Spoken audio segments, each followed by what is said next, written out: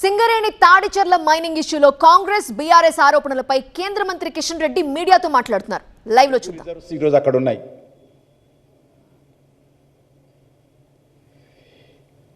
అక్కడ ఏటా ప్రతి సంవత్సరము తాడిచెర్లలో 10 మిలియన్ టన్నుల బొగ్గు మనం యావరేజ్గా ఉత్పత్తి చేస్తే సుమారు 45 సంవత్సరాల వరకు కూడా ఆ యొక్క తాడిచెర్ల 2 బొగ్గుబావి మన సింగరేణికి అందుబాటులో రాబోతుంది. ఇది సాదాసీదా బొగ్గు కూడా కాదు. ఇది అత్యుత్తమైనటువంటి 8 to 9 క్వాలిటీతో కూడినటువంటి గ్రేడ్ అంటారు దీన్ని. కొంత 9 ఉంది, కొంత 8 ఉంది. అతి మంచి కోళ్ళు మనకు అందుబాటులో రావుతున్నారన్నది, నాణ్యమైనటువంటి బొగ్గు ఉత్పత్తి ఇందులో రాబోతుంది. ఇది తెలంగాణ ఇంధన భద్రతకు ఒక లాంగ్ టర్మ్ అష్యూరెన్స్, భరోసా ఈ యొక్క తాడిచెర్ల ద్వారా మన తెలంగాణకు రాబోతుంది. ఎందుకంటే తెలంగాణ ఈరోజు నేను ఇంతకుముందు కూడా చెప్పాను, ఏ పరిస్థితుల్లో దీన్ని కేటాయించాల్సి వచ్చిందో. 70,000 మంది కార్మికులు ఉన్నారు. ఆర్థికమైనటువంటి సంక్షోభంలో ఉంది. కాబట్టి అందరం కలిసి సింగరేణి కార్మికులకు, సింగరేణి పరిశ్రమకు, తెలంగాణ రాష్ట్రానికి అండగా ఉండాల్సినటువంటి సమయం కాబట్టి దీనికి ముందుకు రావడం జరిగింది. ఇది క్వాలిటీతో కూడినటువంటి బొగ్గు కాబట్టి దీని ఆధారంగా ఇండస్ట్రీస్, పవర్ జనరేషన్ కంపెనీలు కానీ, సిమెంట్ కంపెనీలు కానీ, స్పాంజ్ ఐరన్ కంపెనీలు కానీ, స్టీల్ కంపెనీలు కానీ, ఎందుకంటే ఒక 40-45 సంవత్సరాల వరకు ఇందులో బొగ్గు ఉంటుంది కాబట్టి ఒక తెలంగాణకి గుండె చప్పుడుగా ఉన్నటువంటి సింగరేణికి ఒక చారిత్రాత్మకమైనటువంటి ఒక అధ్యాయం ఇందులో ప్రారంభం కానున్నదనే విషయాన్ని కూడా సందర్భంగా మనవేస్తున్నాను. మనకందరికీ తెలుసు, గత 2 దశాబ్దాలుగా బొగ్గు గనులు లేక తెలంగాణ ఇబ్బంది పడతా ఉన్నటువంటి సమయంలో తెలంగాణ ఊపిరిగా ఉన్నటువంటి సింగరేణి భవిష్యత్తు బొగ్గు ఉత్పత్తిపై ఆందోళన నెలకొన్నటువంటి నేపథ్యంలో ఒక నూతన భరోసా తాడిచెర్ల ద్వారా ఈరోజు మనకు చేరడం, తెలంగాణకు అందడము అందరికీ సంతోషమైన విషయాన్ని సందర్భంగా మనవేస్తున్నాను. ఇదొక బొగ్గుబావే కాదు, సింగరేణి ఉనికికే,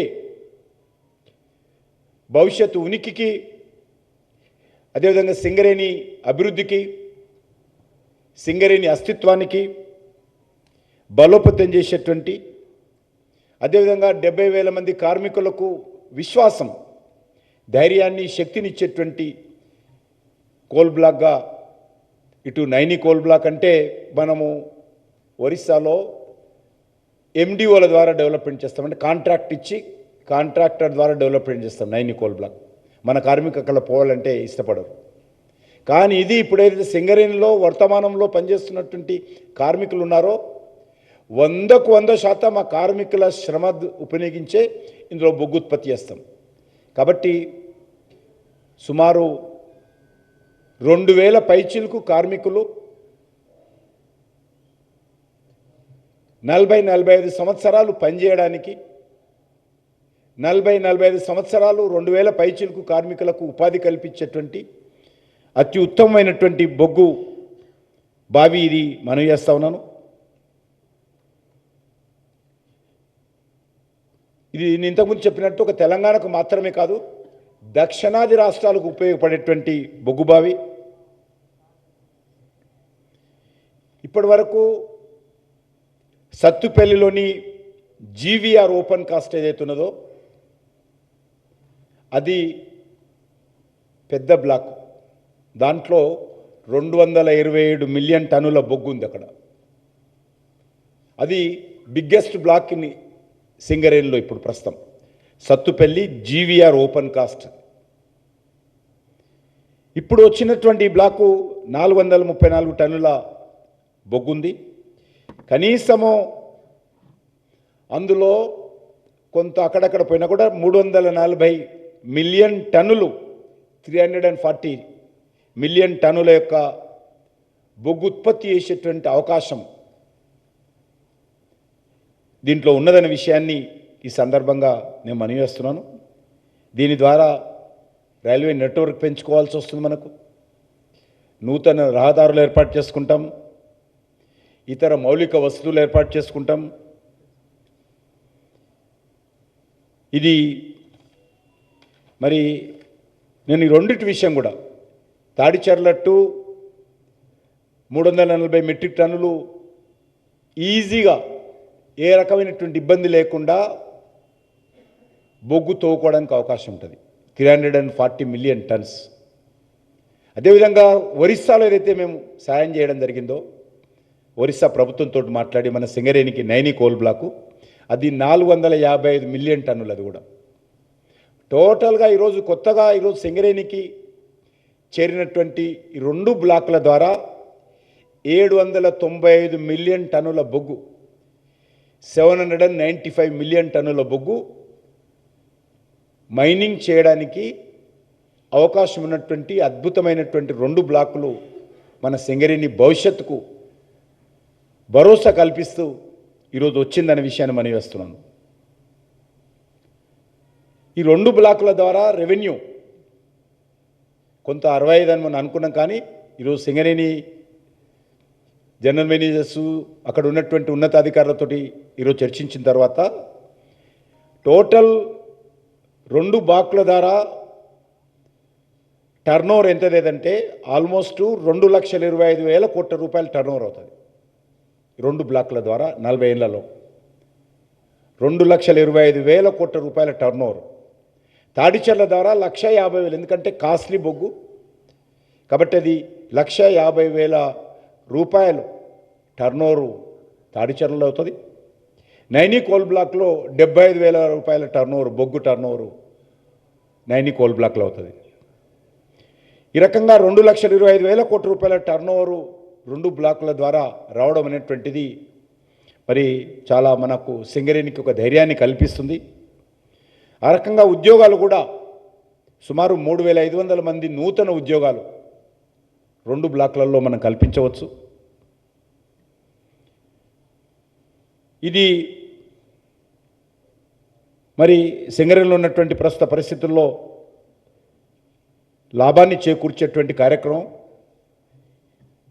కాబట్టి నేను మరొకసారి కేంద్ర ప్రభుత్వం తరఫున, తెలంగాణ ప్రజాప్రతినిధిగా నా తరఫున, ఒక భారతీయ జనతా పార్టీ కార్యకర్తగా, లేక తెలంగాణ ఉద్యమకారుడిగా, తెలంగాణ ఉద్యమంలో సింగరేణి కార్మికులు ఎంతో సాహసంగా, ధైర్యంగా మరి ముందుకొచ్చి అందరికీ ఆదర్శంగా, అందరికీ ధైర్యం కల్పిస్తూ, విశ్వాసం కల్పిస్తూ ఉద్యమాన్ని ముందుకు తీసుకెళ్లడంలో పూర్తి స్థాయి సమ్మె చేసి ఉద్యమానికి ధైర్యంగా అండగా నిలబడినటువంటి కార్మికులకు ఈరోజు నేను హృదయపూర్వకమైనటువంటి శుభాకాంక్షలు తెలియజేస్తూ, మీరు చేసినటువంటి పోరాటానికి ఈరోజు నరేంద్ర మోడీ గారి ప్రభుత్వము మరి బొగ్గు బ్లాక్ ద్వారా మీ యొక్క రుణం తీర్చుకుంటున్న విషయాన్ని సందర్భంగా నేను కార్మికులకు మనవి చేస్తూ సెలవు తీసుకుంటున్నాను.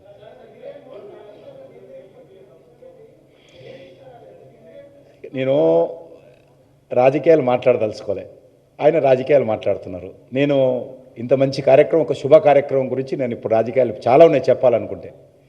ఇప్పుడు సింగరేణికి సంబంధించి ఏపీ జెన్కో ఒక ఆర్థిక మంత్రిగా నేను వారికి మనస్ఫూర్తిగా కోరుతా ఉన్నాను, రాజకీయాలు పక్కన పెట్టి సింగరేణి హితం గురించి మాట్లాడదాం. మరి ఇన్ని సంవత్సరాలు అయింది కదా, ఎందుకు మరి అనుమతులు రాలేదు? ఒక తెలంగాణ బిడ్డగా చేస్తే అభినందించాల్సింది పోయి నేనేదో ఆయన విమర్శిస్తూ మాట్లాడలే.